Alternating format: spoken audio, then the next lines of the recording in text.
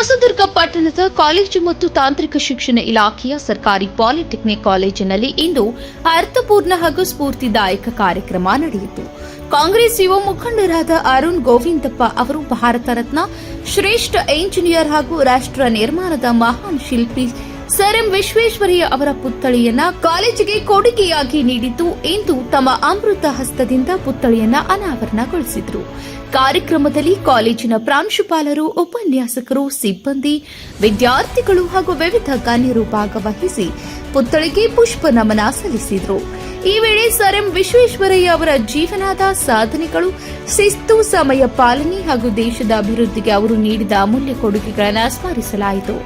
ಕಾರ್ಯಕ್ರಮವನ್ನು ಉದ್ದೇಶಿಸಿ ಮಾತನಾಡಿದ ಅರುಣ್ ಗೋವಿಂದಪ್ಪ ಅವರು, ಶಿಕ್ಷಣ ಸಂಸ್ಥೆಗಳಲ್ಲಿ ಮಹನೀಯರ ಆದರ್ಶಗಳು ವಿದ್ಯಾರ್ಥಿಗಳಿಗೆ ಸದಾ ಸ್ಫೂರ್ತಿಯಾಗಬೇಕು ಎಂಬ ಉದ್ದೇಶದಿಂದ ಈ ಪುತ್ಥಳಿಯನ್ನು ಕೊಡುಗೆಯಾಗಿ ನೀಡಲಾಗಿದೆ.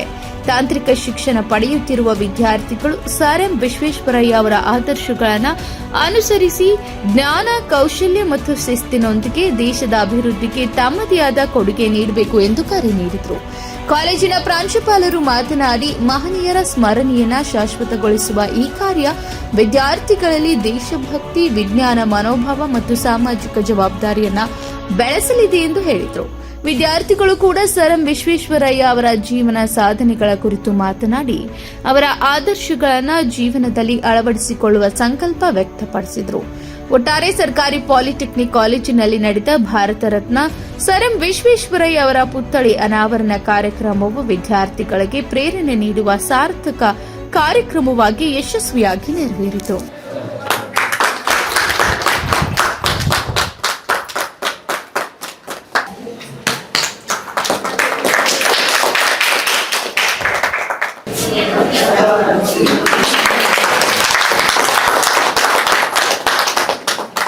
ಪ್ರಾಚಾರ್ಯರಾದ ರೇಣುಕಾ ಮೇಡಮ್ ಅವರು ತುಂಬ ಉತ್ಸಾಹದಿಂದ ಈ ಒಂದು ಪ್ರತಿಮೆ ಮಾಡಲು ತುಂಬ ದಿನದಿಂದ ಬೇಡಿಕೆ ಇತ್ತು.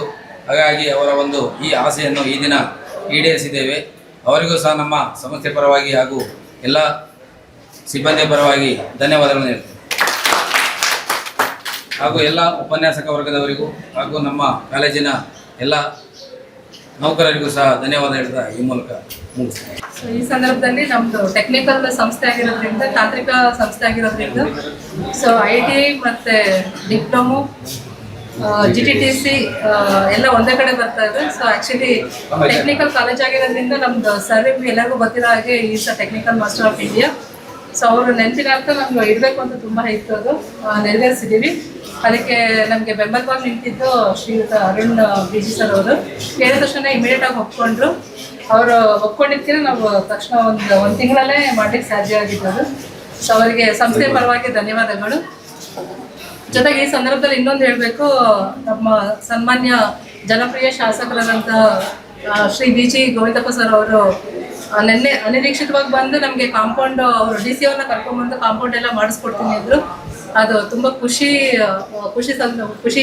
ವಿಷಯ. ಅದು ಮಕ್ಕಳ ಸೇಫ್ಟಿಗಾಗಲಿ ಅಥವಾ ಇಲ್ಲಿರೋ ಸಿಬ್ಬಂದಿ ಸೇಫ್ಟಿಗಾಗಲಿ ಅದು ತುಂಬ ಖುಷಿಯಾದಂಥ ವಿಷಯ. ಮತ್ತು ಇನ್ನೊಂದು, ನಮಗೆ ಬೇಡಿಕೆ ಕೊಟ್ಟಿದ್ವಿ ನಾವು, ನಮಗೆ ಮೂಲಭೂತ ಸೌಕರ್ಯಗಳು ಬೇಕು ಅಂತೇಳಿ. ಅದು ಸುಮಾರು CSR ಫಂಡ್ಸ್ ಅಡಿ 1,06,00,000ಕ್ಕೆ ಮಾಡಿಸ್ಕೊಡ್ತಾ ಇದ್ದಾರೆ.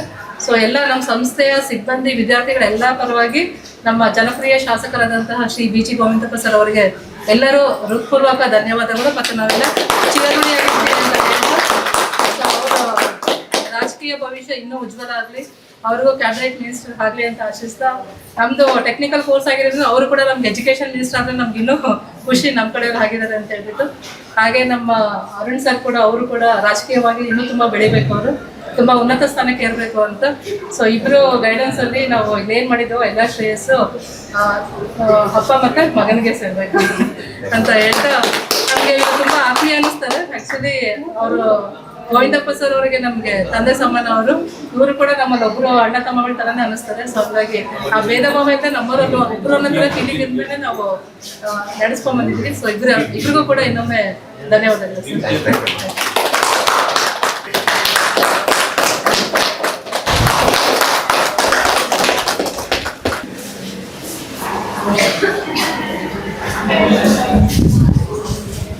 ಸರ್.